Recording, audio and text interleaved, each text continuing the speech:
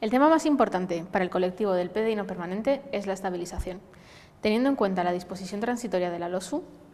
¿qué medidas concretas relativas a la estabilización del PDI no permanente quieres implantar en tu plan de actuación del profesorado?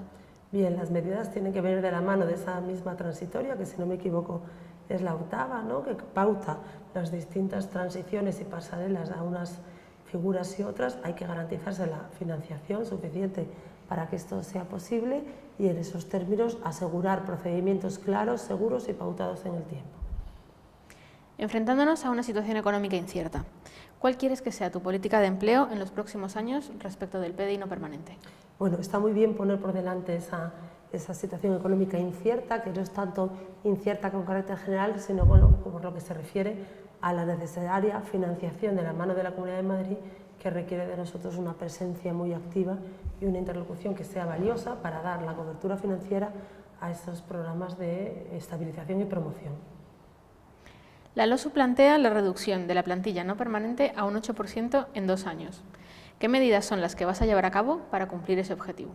Bien, ahí la propia configuración o reconfiguración de las figuras puede relativamente favorecerlo. Como bien sabéis, los ayudantes doctores no están incluidos en ese cómputo, de manera que eso, que es, digamos, el filón pro futuro, ya que no existen ya en la LOSU los profesores ayudantes, puede facilitar que no sea tan drástica, digamos, esa reconducción. Desde luego en los asociados sí que se va a notar y habrá que hacerlo, como decimos, con orden y con la cobertura financiera para que eso se garantice. ¿Qué medidas concretas pretendes implantar para mejorar las condiciones laborales de los profesores asociados, contratados investigadores, los famosos PAI y PLIS, pre- y postdoctorales, así como en relación a su acceso a los planes de promoción? Bien, es que desgraciadamente siempre tenemos el problema en último término financiero, ¿no? Ahí es muy importante insistir en que la interlocución con la Comunidad de Madrid tiene que ser firme, desde luego muy constructiva, pero firme, para arropar económicamente esos programas, ¿no? A partir de allí, de ese punto, desde luego internamente, tenemos que, con un orden en términos de procedimientos y de las distintas figuras, que algunas son más, digamos, más exigentes, digamos, en cuanto a su ordenación para incorporarlas a la carrera académica, pues ser muy cuidadosos y sobre todo muy firmes también en los procedimientos y en ese sentido muy transparentes. Siendo el PDI no permanente las figuras más vulnerables de la universidad y conociendo las situaciones poco ortodoxas que a veces ocurren, ¿qué medidas quieres tomar para proteger a los PDI no permanentes de estas situaciones? Bueno, hablar de medidas poco ortodoxas ya es algo que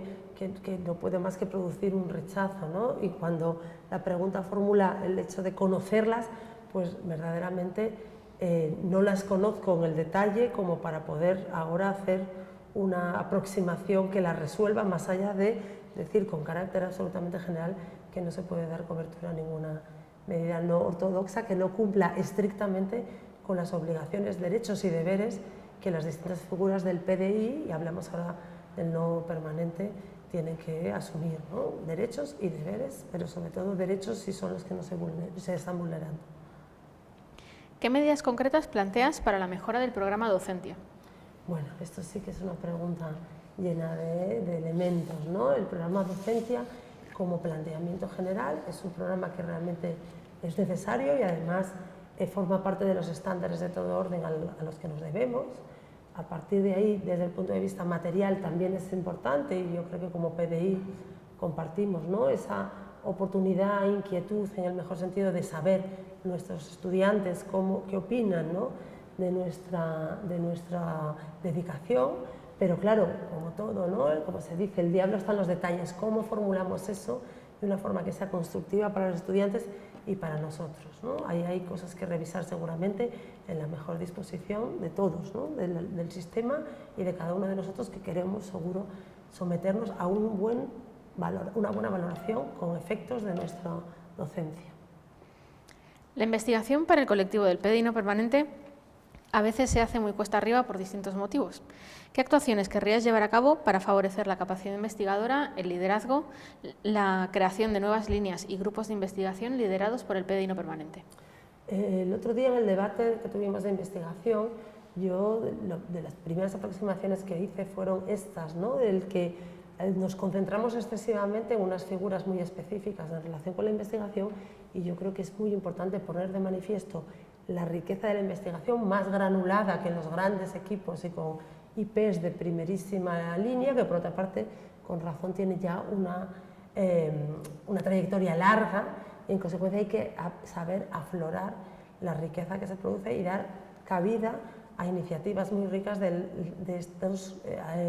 compañeros del PDI, que de hecho además muy oportunamente abren nuevas líneas de investigación que a través de grupos propios y de programas propios, y por fin conseguimos el 5% del presupuesto que la LOSU pone en escena para programas propios de investigación, podremos seguramente arropar. En relación con la evaluación de la calidad docente, muchas veces la docencia del PDI no permanente se encuentra atomizada por ser los últimos en elegir. ¿Qué medidas propondrías para acabar con esta problemática? Bueno, hay dos cosas en esa pregunta, ¿no? La selección de la docencia y el impacto que eso pueda tener en el docencia. Antes hablábamos del docente y el docente a día de hoy tiene muy reducido, ¿no?, los umbrales, y eso hace poco robusto el sistema, y en consecuencia creo que la solución no debe venir por ahí, ¿no?, sino en lo que se refiere a la atribución de la docencia, pues buscar unos criterios que de alguna forma proactivamente por la propia universidad no queden en manos de los propios departamentos, donde de una forma un poco incluso por inercia, antigüedad y dedicación suelen ser el criterio que da prioridad a la selección, ¿no? Meter ahí algún criterio de corrección desde el rectorado que anime, por lo menos en términos de recomendación, a permitir una selección de docencia que prime a los compañeros del PDI en ese proceso, ¿no?, de crecer. Al PDI no permanente, con la carga docente y de investigación que tiene, le resulta difícil estar al día en cuanto a la gestión de la universidad se refiere. ¿Crees necesaria alguna actuación para ayudar al colectivo a estar adecuadamente informado en todo lo que se refiere a gestión y funcionamiento de la universidad?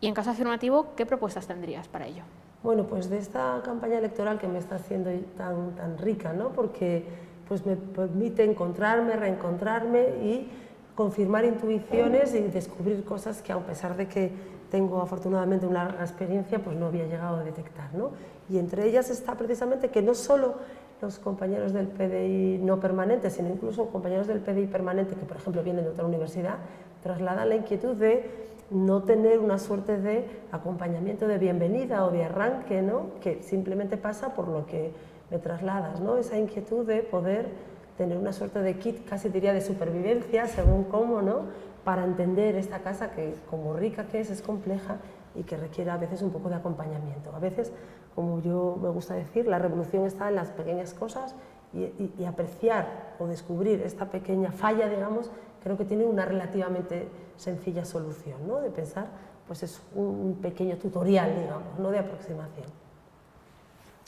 ¿Tienes alguna propuesta para ampliar los convenios con editoriales y mejorar la difusión en abierto de los resultados de la investigación que se hace en la Complutense?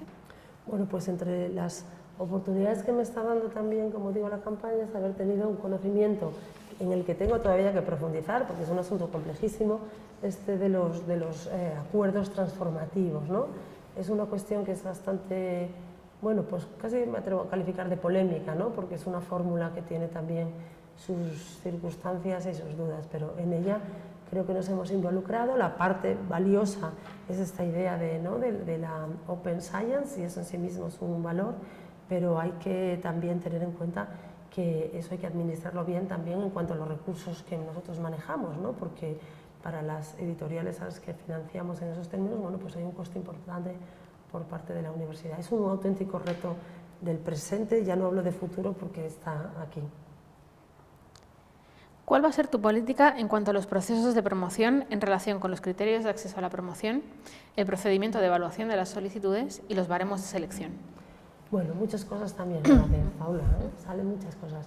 Creo que es muy importante, como decía antes, asegurar sobre todo orden, ¿no?, y seguridad. Yo lo llevo a mi terreno, seguridad jurídica, ¿no?, criterios muy pautados, que se conozcan bien, que sean transparentes y que, por supuesto, a partir del principio de mérito y capacidad, no podría ser otro, sobre todo se tenga constancia de qué carrera uno aspira a tener.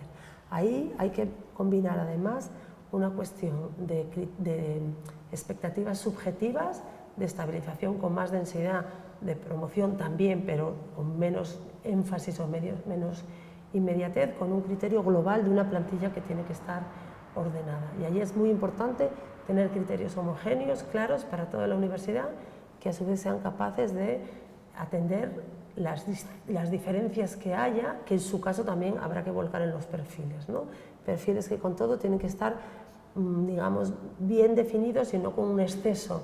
de precisión, porque eso puede incluso tener sus condicionamientos, ¿no?, a posteriori en los concursos correspondientes.